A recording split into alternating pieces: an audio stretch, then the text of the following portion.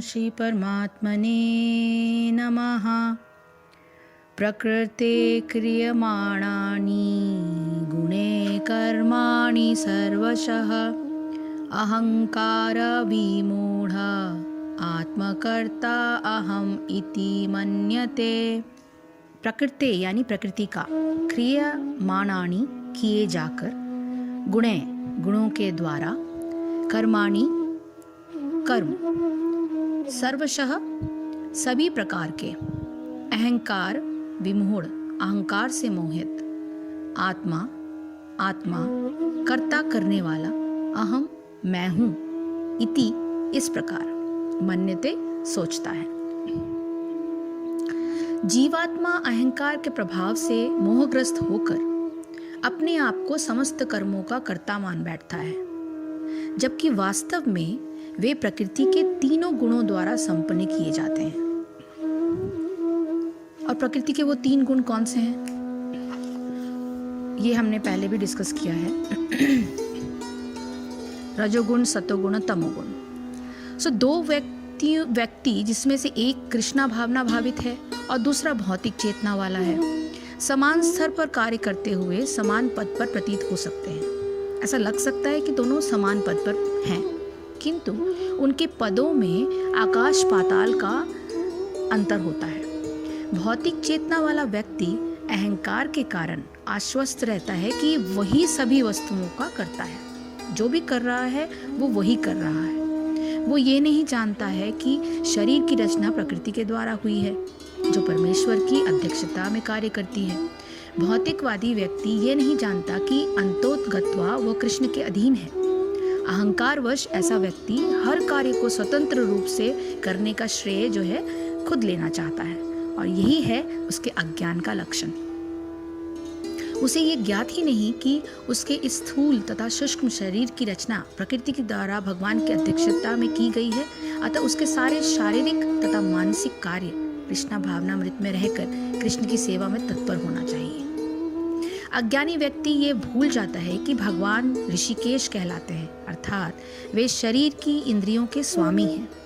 इंद्रिय तृप्ति के लिए इंद्रियों का निरंतर उपयोग करते रहने से वह अहंकार के कारण वस्तुतः मोहग्रस्त रहता है, जिससे वह कृष्ण के साथ अपने शाश्वत संबंध को भूल जाता है। तो ये इंसान जो है वो हमेशा खुद को क्रेडिट दिलाता है या खुद के बारे में सोचता है, और वो सोचता है कि मैं हूँ जो ये सारे कर्म कर रहा हूँ, नौकरी कर रहा हूँ, पैसे कमा रहा हूँ, जो भी कर रहा हूँ ये सब कुछ चीज़ मेरा है। पर वो भूल जाता है कि उसका शरीर जो है वो किन चीज़ों से बना है और किसके द्वारा बना है। तो ये जो अहंकार के कारण जो कर्तापन का भाव इंसान के मन में या शरीर में रहता है, बहुत कम लोग होते हैं जो इस रहस्य को जानते हैं। परंतु वास्तविकता यह है कि कर्म करने वाला चाहे वो आसक्त हो अथवा निरासक्त हो, उसके द्वारा जो भी कर्म किया जाता है वो तो प्रकृति के गुणों द्वारा ही संपन्न होता है। एक कठपुतली अपने हाथ में तलवार लिए उसे तरह तरह से घुमाती फिरती है, परंतु उस तलवार को चलाने और उस पुतली के कूदने फांदने का जो कारण है, वो कारण क्या है, ये समझ पाना, और इसको जो डोरियां हैं वो कठपुतली का खेल करने वाले की उंगलियों से चलाई जाती है, ये वो भूल जाता है। यदि थोड़ी देर के लिए कठपुतली में प्राणों का संचार हो जाए तो वो ये सोच सकता है कि आहा, मेरे द्वारा कितनी वीरता का प्रदर्शन हो रहा है। यद्यपि वास्तविकता तो यह है कि वो प्रदर्शन उसके हाथ पैर में बंधे हुए डोरों की चाल पर निर्भर है।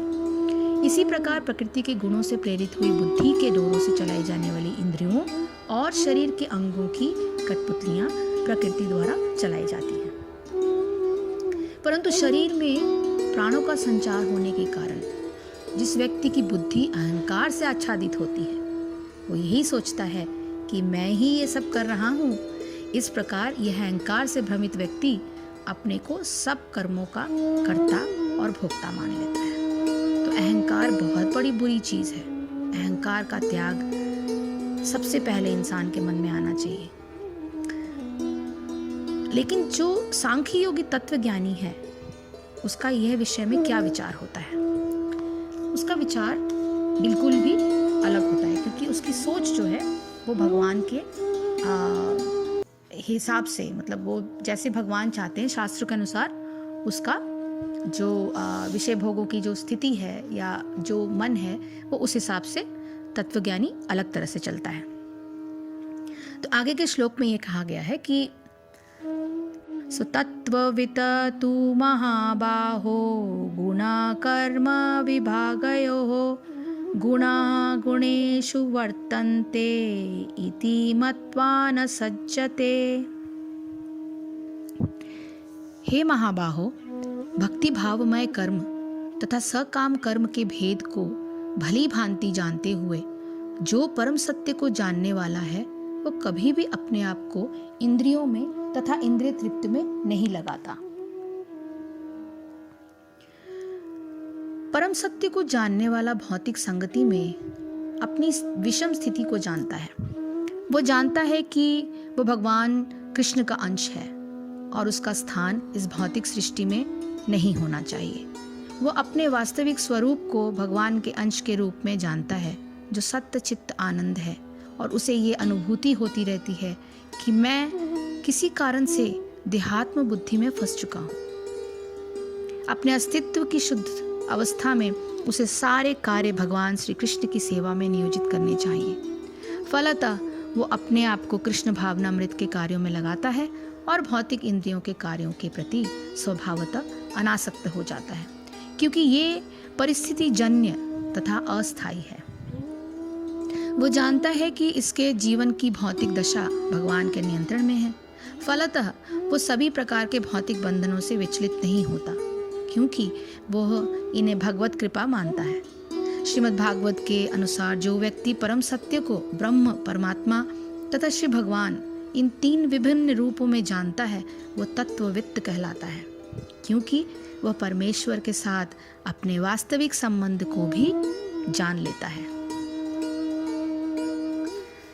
इसको थोड़ा सा और अगर एक्सप्लेन किया जाए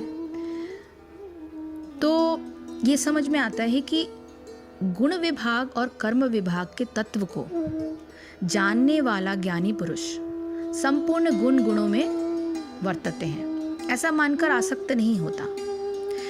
गुण विभाग व कर्म विभाग हैं क्या? सांख्य योग में तीनों गुणों के कार्य रूप 23 तत्व माने जाते हैं, जो इस प्रकार हैं: बुद्धि, अहंकार, मन, पांचों इंद्रियां, 5 कर्मेंद्रियां और 5 तन्मात्राएं अथवा महाभूतों के सूक्ष्म रूप, 5 स्थूल भूत। ये जो 7 डिवीजन है, इस डिवीजन में टोटल 23 तत्व माने जाते हैं। अब बुद्धि के अंतर्गत क्या आता है? बुद्धि जो है वो निश्चयात्मक वृत्ति है, अहंकार भेदात्मक वृत्ति, मन संकल्प विकल्पात्मक वृद्धि। 5 ज्ञानेंद्रियां क्या हैं? श्रोत्र, त्वचा, नेत्र, रसना, घ्राण। 5 कामेंद्रियां क्या हैं? हस्त, पाद, जिह्वा, उपस्थ, पायु। 5 तन्मात्राएं अथवा महाभूतों के सूक्ष्म रूप कौन से हैं? शब्द, स्पर्श, रूप, रस, गंध। 5 स्थूल भूत: आकाश, वायु, तेज, जल, पृथ्वी।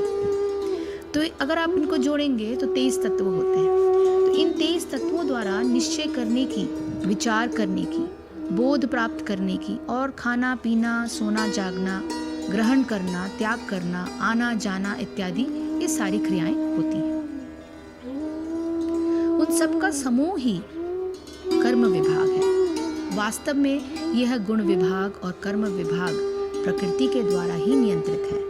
जिस प्रकार कठपुतलियों की सारी क्रियाएं उनके चलाने वाले के हाथ में बंधी डोरियों से ही नियंत्रित होती हैं, उसी प्रकार जो तत्वज्ञानी है वह अहंकार द्वारा भ्रमित नहीं होने के कारण यह जानता है कि सारा क्रियाकलाप इस गुण विभाग और कर्म विभाग द्वारा ही हो रहा है। इस प्रकार वो उन कर्मों में आसक्त नहीं होता। संबंध श्लोक संख्या 27 में जो कर्म आसक्त मनुष्य की स्थिति बताई गई है और 28वें श्लोक में सांख्य योगी की स्थिति बताई गई है। परंतु यहाँ भगवान सावधान करते हैं कि जो कर्म आसक्त मनुष्य है उनको ऐसा उपदेश नहीं करना चाहिए जिसे कि वे कर्म करना ही छोड़ दें।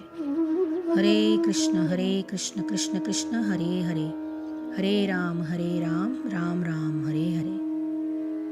जय श्री कृष्ण, जय गुरुदेव।